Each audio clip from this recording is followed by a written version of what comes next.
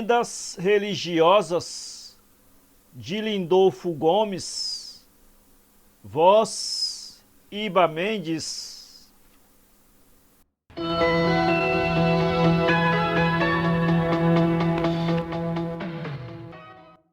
Santo Antônio casamenteiro. Conta-se de uma jovem linda, mas sempre a esperar por um noivo que não chegava.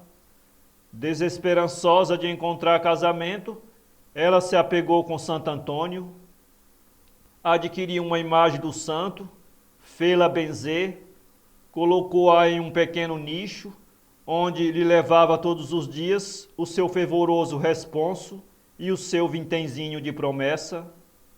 Passaram semanas, meses, anos e nada. O noivo não aparecera, nem corria a voz de algum mancebo, ou mesmo a falta de outro, algum velhote endinheirado se teria por ela inclinado. Certa vez, depois de muito lamentar-se da ingratidão do santo e de questionar com a velha progenitora sobre o desprestigiado poder miraculoso do taumaturgo, toma da imagem e, no auge do desespero, lança-a pela janela. Passava por acaso um belo cavalheiro que a recebe em cheio sobre a cabeça, colhe-a intacta e sobe as escadas do sobrado, de uma de cujas janelas partira a imagem. Vem recebê-lo justamente a formosa e geniosa donzela.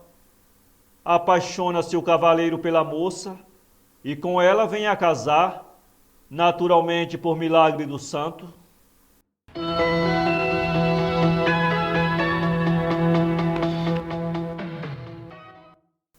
A lenda das miosotes. Era uma vez Nossa Senhora que ia em procura de Jesus, seu amado filho, quando, ao passar por um formoso campo tapetado de lindas florinhas muito brancas, se deixou a contemplá-las com tal ternura que de seus olhos da cor do céu caíram lágrimas de saudade que sentia de seu filho. As lágrimas da Virgem banharam as pétalas daquelas encantadoras florinhas, que desde aquele instante tomaram a cor dos olhos de Maria e azuis ficaram por toda a vida.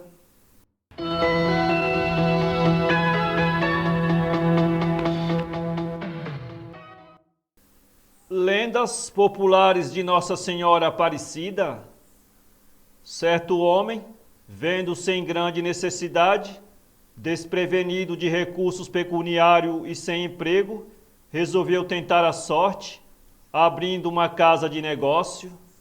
Mas como não tivesse capital, lembrou-se de pedi-lo emprestado a Nossa Senhora da Aparecida. Dirigiu-se à capela a horas mortas e, muito às ocultas, abriu o cofre de esmolas e retirou certa importância com que pôde começar a sua vida. Tudo lhe correu perfeitamente bem, enriqueceu, mas sentindo doer-lhe a consciência, resolveu restituir a importância à Virgem Milagrosa. Sorrateiramente penetrou no templo, munido da quantia, aumentada com juros, mas quando quis depositá-la no cofre, sentiu o braço sem movimento. A mão fechada com o dinheiro, já introduzida no cofre, não se abria para a restituição do empréstimo. Nessa conjectura, gritou instintivamente por socorro. Veio o sacristão, depois o cura, e a multidão de curiosos acorreu, atraída pelas vozes de clamor. O homem confessou o delito, o padre benzeu, e só então pôde ele retirar o braço, e já fora este, sentiu a mão abrir-se com toda a felicidade. Quis colocar de novo o dinheiro no cofre, em vão. O fenômeno se repete, retira o braço e readquire ele todos os movimentos. Estava explicado. Nossa Senhora não queria a restituição do empréstimo. Havia nas proximidades de Guaratinguetá um homem sem nenhum temor de Deus, de vida desordenada e irreligioso. Certa vez, em que se celebrava na capela o santo sacrifício da missa, apresentou-se ele a cavalo e um tanto alcoolizado, fazendo saltar o animal no adro e proferindo impropérios contra a religião e os milagres da Santa Virgem. Advertiram-no do erro, quiseram sossegá-lo, exaltou-se e, no auge do desatino, quis penetrar a cavalo no interior do templo.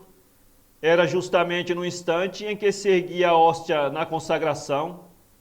O translocado atira o animal para o patamar da escada, mas ao pisá-lo, a cavalgadura não se move, estaca como dominada por um poder estranho e curva a cabeça, como que em respeitosa adoração.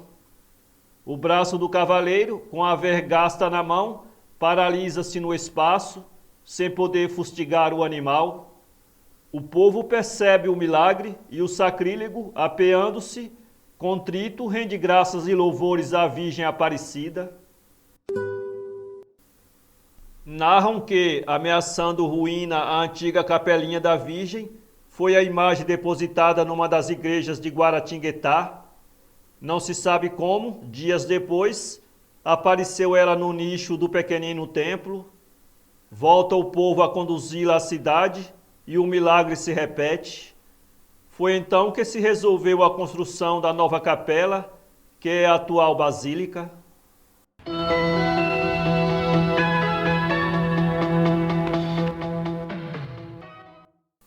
O monge da Serra da Saudade. Há muitos anos, houve por aqui um monge velho que percorria as estradas da redondeza pedindo para os pobres e repartindo as esmolas que granjeava com os mendigos e gente necessitada dos lugares por onde passava. O monge de longas barbas muito brancas, vestindo uma chimarra quase esfrangalhada, amparado ao bordão com uma caixa a tiracolo, lá ia de jornada em jornada. Mas como tinha o pouso certo no alto da serra, sempre por algum tempo a ela voltava e nela assistia dias e dias, celebrando no altar que armava sobre uma laje toda enfeitada de flores. Ao ouvir a missa do monge da Serra da Saudade, acudia gente de todos os pontos próximos e mesmo distantes, e não havia quem não lhe desse fama de santo, por causa dos milagres que fazia, curando os enfermos com a água milagrosa da fonte ali existente. Um dia o monge desapareceu, teria morrido. Soube-se então que um caçador bisonho e desconhecido no lugar penetrara na serra por uma madrugada escura, tomara o monge por um bugio e nele desfechara a arma homicida. Os milagres, entretanto, continuavam a verificar-se a invocação do monge, e a fonte continua até hoje a ser procurada pelos enfermos, que julgam santas aquelas águas a brotarem da pedra sobre uma linda bacia de granito que se enche, sem nunca extravasar, e sem saber por onde o líquido encontra o seu natural escoradouro. Do monge sabe-se, e contam os que têm visto, que ao primeiro sinal da madrugada, aparece no alto da serra, em frente de um altar que surge de improviso, e mostra-se a celebrar com um anjo ao lado, a servir-lhe de sacristão. Um invisível sino repica, e o viajante para atônito, contemplando aquela maravilha no encantamento do mistério.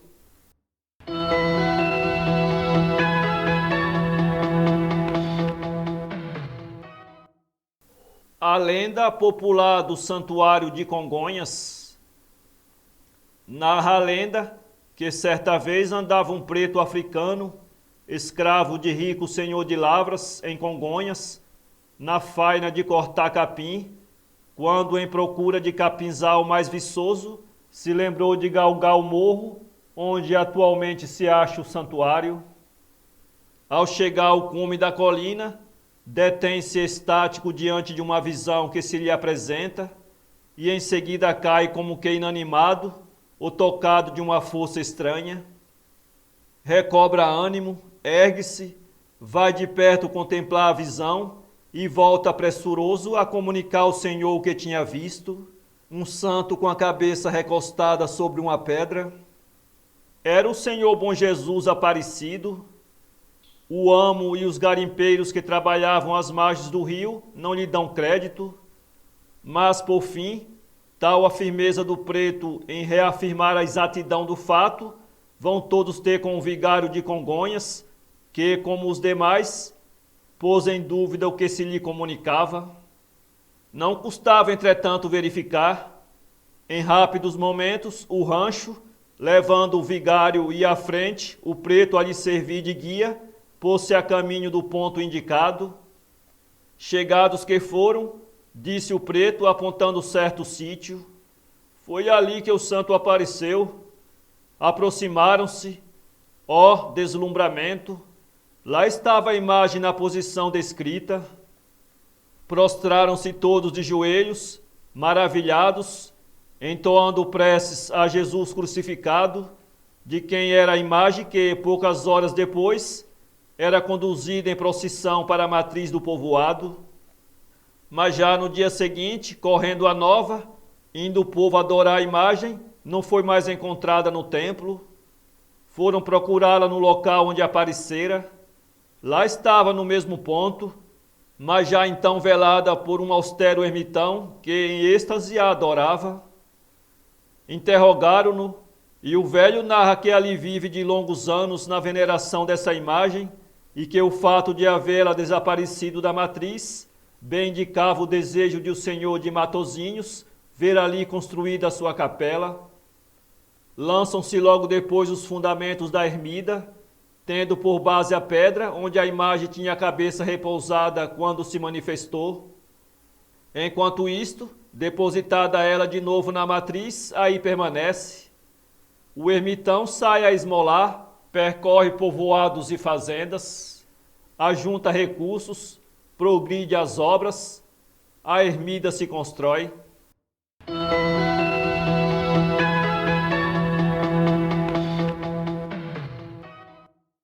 Por que as mulheres catam pulgas? Era uma velha, muito velhinha, que não saía do quarto, não podia mais trabalhar e vivia muito aborrecida por não ter que fazer. Veio nosso Senhor Jesus Cristo e, para consolá-la e distraí-la, ensinou-lhe a catar pulgas. A velha gostou da lição e do entretenimento, e todas as mulheres daí por diante a imitaram e imitam. Quem não tem que fazer, cata pulgas.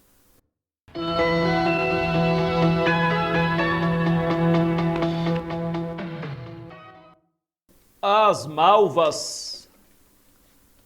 Certa vez ia um guerreiro por um caminho, onde mais adiante o esperavam muitos inimigos, que lhe dariam certamente a morte. Uma rapariga que amava o guerreiro, sabendo que ele havia de passar por ali e não tendo meio de comunicar-lhe o perigo que o ameaçava, de madrugada espalhou pelo caminho fora muitas folhinhas de malva, a título de aviso. Ao passar, vendo o guerreiro aquelas malvas, aqui e ali, considerou que elas teriam sido espalhadas de propósito e, querendo decifrar o enigma, atinou com o mistério sem dificuldade. Era como um aviso da pessoa amiga: malvais, malvas. Retrocedeu e salvou-se. Mais tarde soube que aquilo havia sido obra da namorada, a quem ficou devendo a vida, e casou com ela.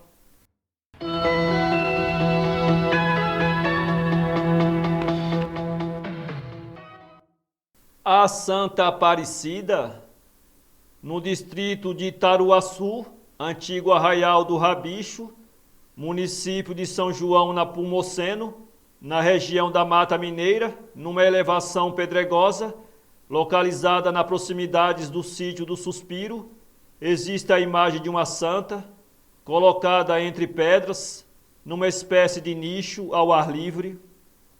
Conta-se que ali apareceu misteriosamente aquela imagem de Nossa Senhora. Chamado o vigário, dizem que um certo Padre Lopes, para verificar a exatidão do acontecimento, o sacerdote tentou transportar a imagem para a igreja do arraial, mas a santa, uma vez lá depositada, voltava misteriosamente para a pedreira. À vista do milagre, resolveu-se lá deixá-la naquela espécie de oratório, onde ficou, e onde o povo até há poucos anos ia em orações e cumprimento de promessas.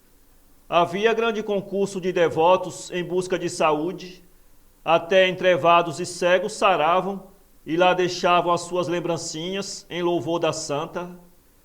O povo fala muito, e tanto que os hereges dizem à boca pequena que aquilo fora arranjo do vigário, mas é mentira de gente tomada do demônio, porque até hoje existe a devoção e se repetem as curas, concluiu a pessoa que nos narrou esta lenda.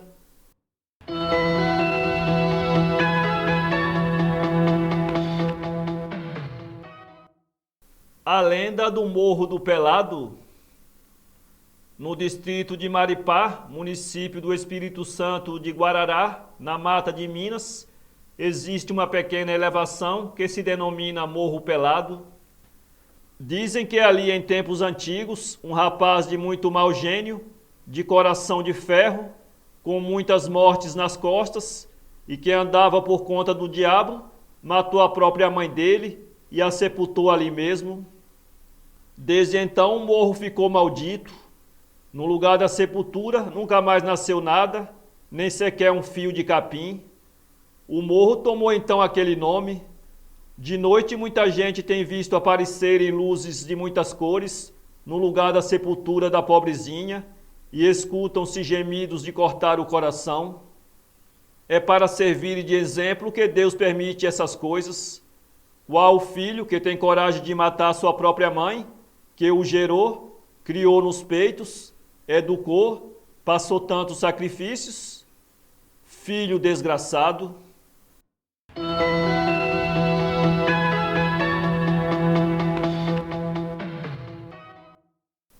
A lenda do Morro da Boiada, em Juiz de Fora. Lá no Morro da Boiada, onde era antigamente o Arraial de Santo Antônio, que existia antes de se fundar Juiz de Fora, havia uma capelinha do santo e um cemitério. Quando a população do morro desprezou o local e veio cá para a Vargem, onde está agora a cidade, trouxeram em procissão a imagem para o oratório do vigário. Mas qual? A imagem voltou para a sua capelinha, tornaram a trazer o santo, mas ele tornou a voltar. Era mesmo uma teima sem remédio. Santo Antônio da Boiada era milagroso deveras, e o povo tinha com ele muita devoção. Valha-me Santo Antônio da Boiada, e estava logo tudo arranjado, desde que fosse para o bem, que para o mal não há santo que ajude. O Morro da Boiada, de primeiro, era também habitado por uma quadrilha de salteadores e ganhou fama de perigoso e assombrado. Dizem que tem lá um China seco, que aparece fora de horas aos viajantes. Às vezes passam correndo bolas de fogo, galinha de todas as cores, até verdes, com seus pintinhos da mesma forma. Topam-se fantasmas que vão crescendo, crescendo por essas alturas arriba, e cruzes de fogo que aparecem e desaparecem não se sabe como. E quem vai de noite no Morro da Boiada tem muito que ver e contar. Mas quem é que se atreve a passar ali à meia-noite? Só se tiver a oração das almas benditas, que então sim.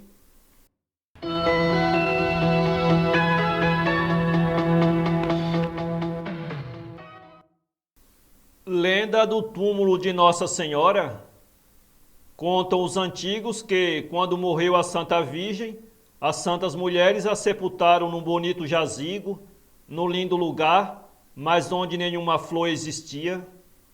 No dia seguinte, quando foram visitar a sepultura, encontraram-na toda repleta de rosas, tendo sido o sagrado corpo de Maria, durante a noite levado pelos anjos em glorioso voo para o céu, onde ficou a Virgem para todo sempre, rogando a Deus nosso Senhor, seu divino Filho, por todos nós que somos também seus filhos.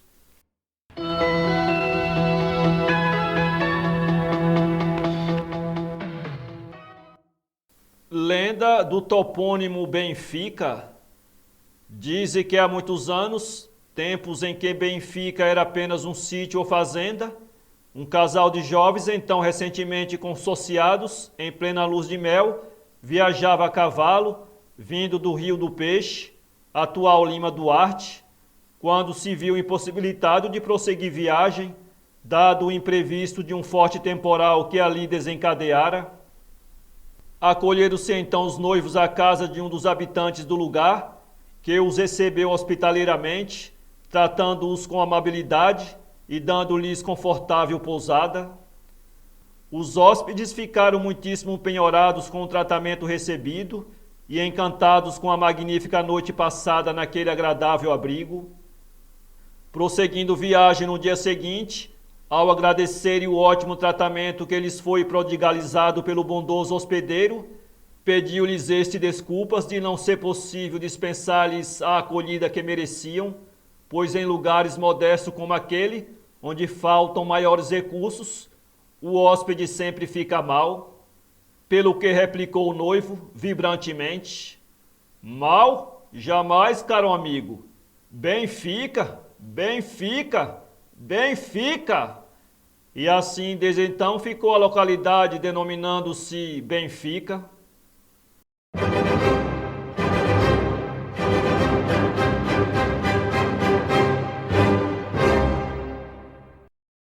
Para ler essa história, acesse www.poeteiro.com.